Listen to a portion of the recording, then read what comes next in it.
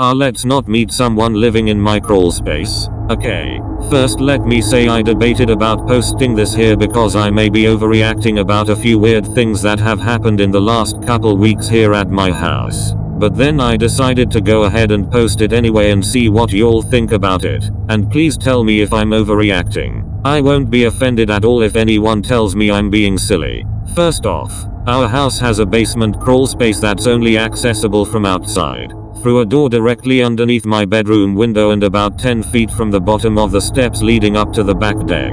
It's a fairly large space, dirt floor and concrete walls, clean and plenty big enough for a grown man to stand up in. Until recently it was half full of junk, mostly from our kitchen reno, like paint cans and equipment and extra floor tiles and such, and had a padlock on it. We asked our yard guy to do some extra work that included cleaning it completely out, and when it was empty we didn't bother putting the lock back on it. It has a sliding bolt on it that keeps it closed in addition to the little loop thingy that you put the padlock on. So we just slid in the bolt and called it good. There was absolutely nothing in it, so no point in locking it. A couple weeks ago my BF was out on the back deck emptying the recycling bins and noticed the door open. Someone would have had to open it. The sliding bolt is a bit rusty and wouldn't easily come open, and certainly wouldn't have opened on its own. He went and checked it out. Nobody there. Still completely empty. He thinks, well, okay, someone was poking around and didn't find anything interesting, but he did tell me about it and reminded me to keep the doors locked when he isn't home. A few days after that I had the dog outside and he ran straight to the door and started sniffing and scratching at it, and I noticed that it was slightly open again. I opened it, went inside and walked around.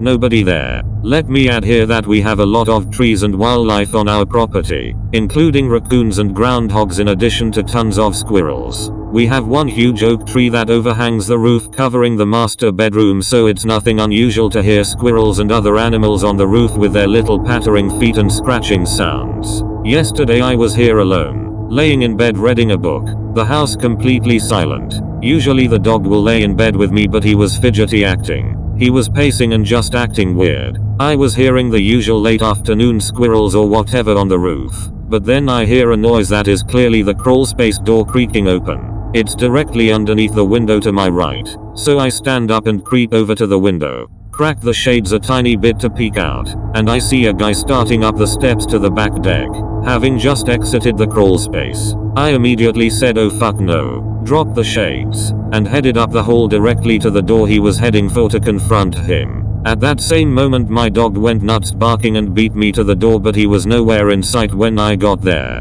I only saw him through the window for a second, and I only saw him from the back as he was heading up the steps. He was wearing a ball cap, so I couldn't even have said what color his hair was. I'm guessing my dog scared him away. But what the fuck was he doing walking up on my porch in broad daylight with someone obviously home if he hadn't planned on knocking on the door? And no one would knock on that door anyway. People come to the front to knock, not walk all the way out back in the trees in the backyard. I waited a few minutes, then got my pepper spray out of my purse and went to investigate. Sure enough, the crawl space door was open again. No one inside. When my BF got home he put the padlock back on it. Then he got my gun out of the safe where it's been for years and insisted I keep it under the mattress on my side of the bed. I only agreed to that after he loaded it with rat shot because I don't think I could shoot a human being, not even in self-defense, and rat shot won't do much more than scare someone with the noise of the gunshot. He was highly pissed at me that I went by myself into the basement to check things out, but I'm more angry than frightened. I don't know if I'm overreacting, that just because someone had been inside the basement a few times I automatically assumed that the man I saw was responsible and meant harm. I'm fairly certain he did come from there, though, because I definitely heard the door open just seconds before I saw him on the steps. With it locked up now though, if someone had been routinely in and out that will stop. Like I said, I just don't know if I'm freaking out over nothing. I'm keeping my doors locked just in case. Let's not meet. The creepy EMT. Bear with me. Typing on mobile. Hello Reddit. I'm a long-time lurker and a first-time poster. Quarantine has me bored, so I figured I'd share one of the creepier moments that happened in my life. 2012 was not a kind year to me. I lost my grandfather 3/16 and then my boyfriend of 3 years decided to break up with me 10 days later, in my grandparents' house. Late April, I decided to do what most mid-20-somethings do. I set up a dating profile. I talked to a few people, one of whom was the creepy EMT, who, for the rest of the story I will refer to as Noah, not his name. Noah was, if you haven't figured it out, an EMT. He lived about 15-20 minutes away from me. Initially, things were great. We had great conversations. We had a lot in common. We texted all the time. He seemed like a genuinely kind, caring, wonderful person. So, after about 2 or 3 weeks of calling texting we decided to meet. The actual date itself wasn't bad. We went to the movies and then went for coffee. It was after the date that things started spiraling. Suddenly Noah is in love with me. Suddenly Noah wants to marry me. Suddenly he can't wait to tell our kids our love story like on How I Met Your Mother. I was using him as a crutch to get through my breakup. He told me we were like Romeo and Juliet, that we were destined to be together. Every conversation we had for 7 days after that one date was like that. It creeped me out. He went from this sweet guy to this overbearing, forcing marriage and kids down my throat. We barely knew each other,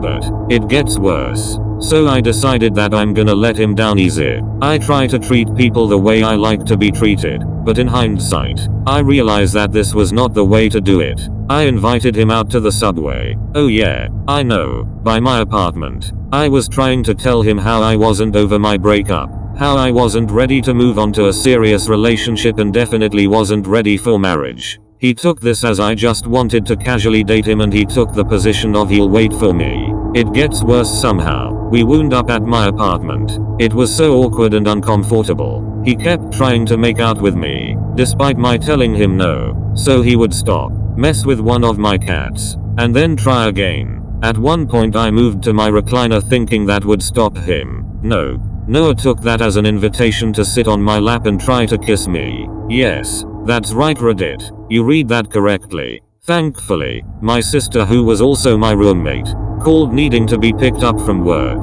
But the story isn't over. That night or maybe the next, I decided to send him a message on Facebook. I tell him what a wonderful guy he is, how any woman would be lucky to have him. But I wasn't ready to be in a relationship and I wasn't going to be seeing him anymore. This led to a barrage of messages from him about how he loved me. How could I do this to him? We have something special. Then when he realized that I wasn't budging, it turned to how he knew I was just like all the other women. I'm a bitch. I'm a whore. Then when that didn't work, he pulled the old suicide card. But it wasn't any run-of-the-mill threat. Noah here told me that he was going to get really drunk on margaritas and drown himself in his bathtub. Not knowing if dude was legit or not, I called a welfare check on him. You might be thinking that this is the end, but it's not. About a month later he saw me at the local community college. He followed me all over campus. A mutual friend sent me screenshots from his Facebook where he talked about how he saw me and should have raped me when he had the chance. His friends were agreeing with him. It was chilling. Somehow that's still not the end. In the fall of 2012 I took a job with a local outpatient mental health clinic as a receptionist. A few months later a girl named Rose started at a different office. Next thing I know, there are these rumors about me and how I broke Noah's heart, how I cheated on him and how I can't be trusted. People I never met knew were talking about me and my dating life. Eventually Rose came to work in our office and Noah was there all the time. He was always starring, always following. It was creepy. I dealt with him until December 2014 when I left the clinic. Thankfully I haven't seen him since, and Rose, if you're still with him, I hope you're safe. As for you creepy EMT, let's not meet ever again.